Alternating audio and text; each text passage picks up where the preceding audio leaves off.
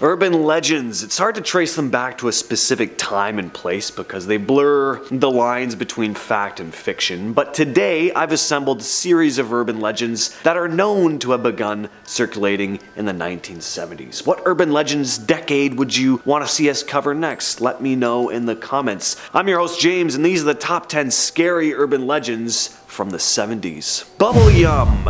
We're starting off the list with Bubble Yum. Produced by Lifesavers, it was the first soft bubble gum to hit the market in 1975. And it was a big hit. It tasted great, the demand was high, but some started to wonder just how they got the stuff to be so nice and soft. And this is where school kids would use their wild imaginations and start to make up stories of their own. Around 1977, rumors started to spread that this delicious gum was actually made out of spider eggs. Now, this seems completely ludicrous. There are far softer things than spider eggs. The crazy thing is, this rumor actually caught on. It spread fast, and sales of this once very popular gum actually started to decline. This became such a big problem for Lifesavers that they were forced to actually take out an ad in the paper specifically addressing this rumor, with the headline reading, "Someone is telling your kids very bad lies about a very good gum." At number 9, we have the Life cereal kid. John Gilchrist was a child actor, most famous for his role as Mikey in a very popular commercial for Life cereal in 1972. But in the late 70s, a story began spreading around schoolyards across America that Mikey from the commercial had consumed a lethal dose of Pop Rocks and Coca-Cola, the combined carbonation of these two products leading to his stomach exploding. Other versions go that his head exploded, but the point is, the poor chap was said to have died as a result of this explosive mix. The story became so famous that Mikey himself, John, who is very much alive, recalled his mother receiving a phone call from someone paying their respects to her son. His mother was completely baffled, as John was perfectly fine out playing baseball. She had John's brother go to the field to make sure he was okay though, and that's when John first heard about the wild Pop Rocks and Coke rumor going around. Around this same time, the sales of Pop Rocks started to plummet as this urban legend became more and more widespread. Number 8, Momo the Monster, aka the Missouri Monster. This is an ape-like creature that was reported by a number of witnesses in rural Louisiana in 1971 and 72. It was described as being around 7 feet tall, covered in fur, with a large pumpkin-shaped head and glowing orange eyes. The most famous sighting happened on July 11th, 1972. A teenage girl named Doris was in the kitchen. Her 2 younger brothers were out playing in the backyard when suddenly she heard them scream. Doris looked out the window and saw a large, hairy creature matching the description above, carrying a dead dog. Tons of reports would come in that year, and it eventually led to a crew of hunters being assembled to try and track the creature down, but nothing was ever found, and the sightings pretty much stopped after that. At number 7, we have Gene Simmons' his tongue. Kiss was absolutely huge in the 70s. They were pretty much the biggest band on the planet at one point, and bassist Gene Simmons was and is famous for a lot of things, one of which is his exceptionally long tongue. A tongue which he often sticks out on stage and has been known to use excessively off of it. I read his autobiography when I was 13.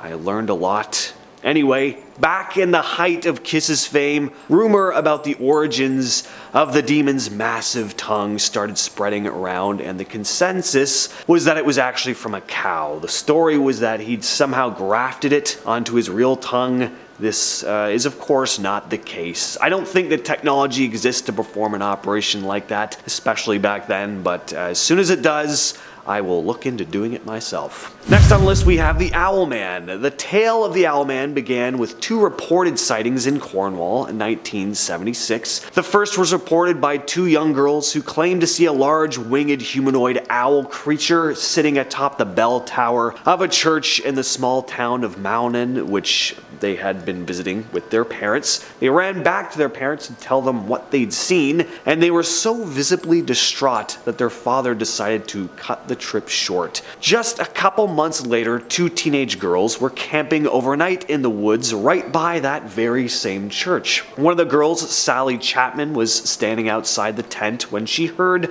a loud hissing sound. She turned around and, to her complete shock and horror, saw what looked to be a man-sized owl creature with glowing red eyes. It then flew up into the air. More sightings of the mysterious creature started being reported within the following days, all within the vicinity of that church. At number 5, we have another urban legend that originated in the 70s, which is also related to spiders. This is one many of you probably have heard of, the spider bite legend. There are many different versions of this story, but the main gist of it is that a woman goes on vacation to some tropical destination and gets bitten by a rare species of spider, usually on her cheek. The bite starts to swell up until she basically has a balloon on her face, at which point pops and out comes hundreds of baby spiders that had been laid inside her cheek. Luckily, this does not happen in real life. Spiders don't find the human body a good place to store their eggs, but it's understandable why this tale became so famous. It's a horrifying idea.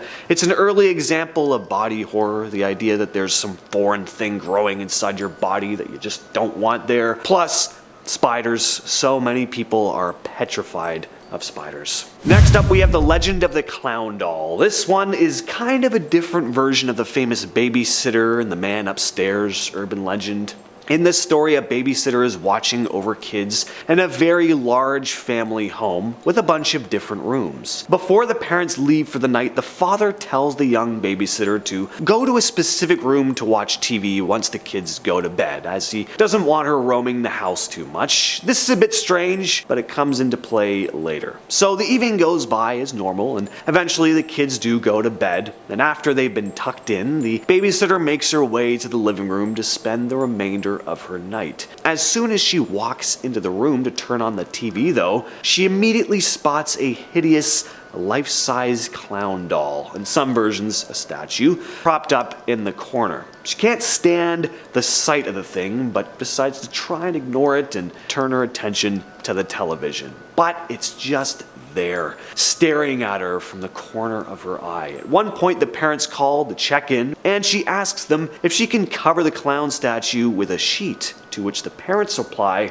"What clown statue?" Then, to the babysitter's horror, the clown starts to move towards her, attacking her and, in some versions, ending her life. In other versions, the police arrive and it's revealed that the man is an escapee from a mental institution who was living in the family home for weeks, avoiding detection due to how big the house is with so many places to hide. At number 3, we have Bunny Man. This is an urban legend featuring a crazed, axe-wielding man in a bunny costume. The legend originated in Fairfax County, Virginia in 1970, but the interesting thing about this one is that it all started from two very real documented incidents. The first happened on October 19th, 1970. A couple had been driving back from a football game and decided to visit a relative on their way. So they parked their car. Before they got out, they noticed something moving in the rear window. And almost as soon as they noticed this, a hatchet flew through the front passenger window, and a man in a white bunny costume started yelling at them, saying they were trespassing. Luckily, no one was harmed, and the second incident took place on October 29th. A construction security guard named Paul Phillips approached a young man standing on the porch of an unfinished home. He was wearing a bunny costume and was brandishing an axe. As the guard got closer, the man in the bunny costume said, "You are trespassing.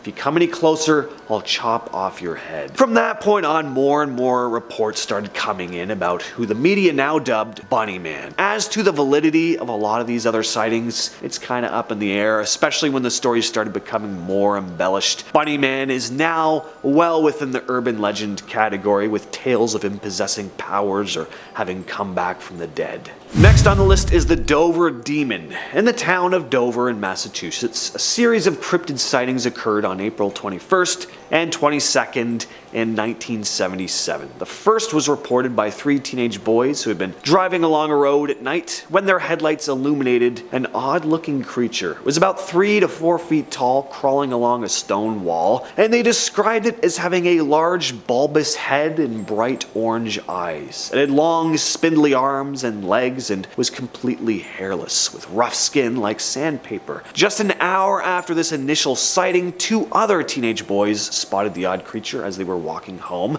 Their description of the creature was exactly the same, only now it wasn't climbing a concrete wall, it was just walking on 2 legs, and apparently ran into a gully where it stood next to a tree. The third sighting happened the following day. A teenage girl and boy were in their car when they spotted the creature on the side of the road. All these witnesses drew pictures of the creature for police. I've found 2 of the original sketches online, and seeing as these are from like 2 separate reports, 2 different groups of kids, pretty crazy just how similar they are. Seems like they did see something similar to what they drew.